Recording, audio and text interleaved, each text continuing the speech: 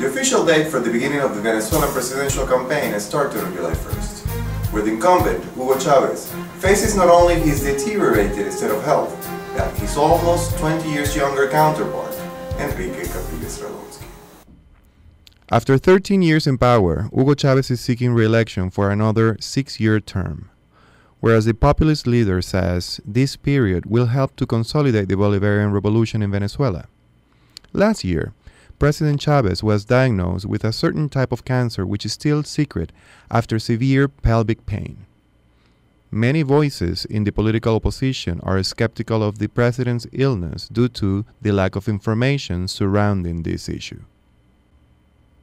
Opposite to the incumbent stands Enrique Capriles-Radonsky, a 40-year-old governor who was the youngest vice president ever of the Venezuelan National Assembly in 1999. Despite government persecution for alleged charges of conspiring in an attack against the Cuban embassy in Caracas back in 2002, Capriles survived to a government-biased trial and later vindicated winning the governorship of Miranda State, the second most populated state of Venezuela, where most of the inhabitants of the greater Caracas live.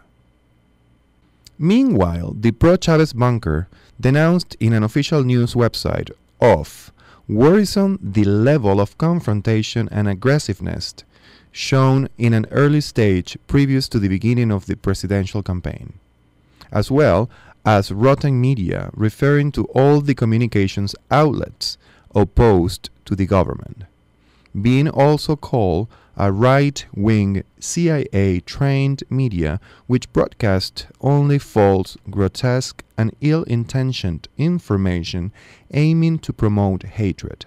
¡Alerta! ¡Alerta! ¡Alerta que camina la espada de Bolívar por América Latina!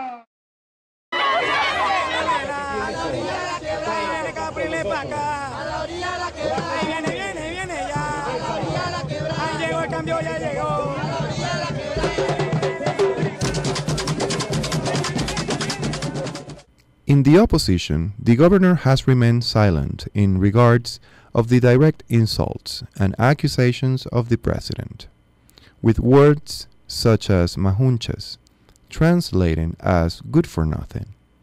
Instead, Capriles started the second phase of his campaign with a house-by-house visit strategy to make a difference against Chavez's presumable state of health. Recently, Chavez fired to the core of Venezuelans' discontent, criminality rate, and personal safety, accusing the president for the death of 150,000 people during his presidential tenure. Two visions of one country are confronted for the elections of October 7, with consequences affecting an entire region and the way how politics is made from within. One option wave the flag of unity under the slogan, "There is a way," while the government maintained its nationalistic speech using the phrase Venezuelan heart. Reporting from Venezuela, OGP.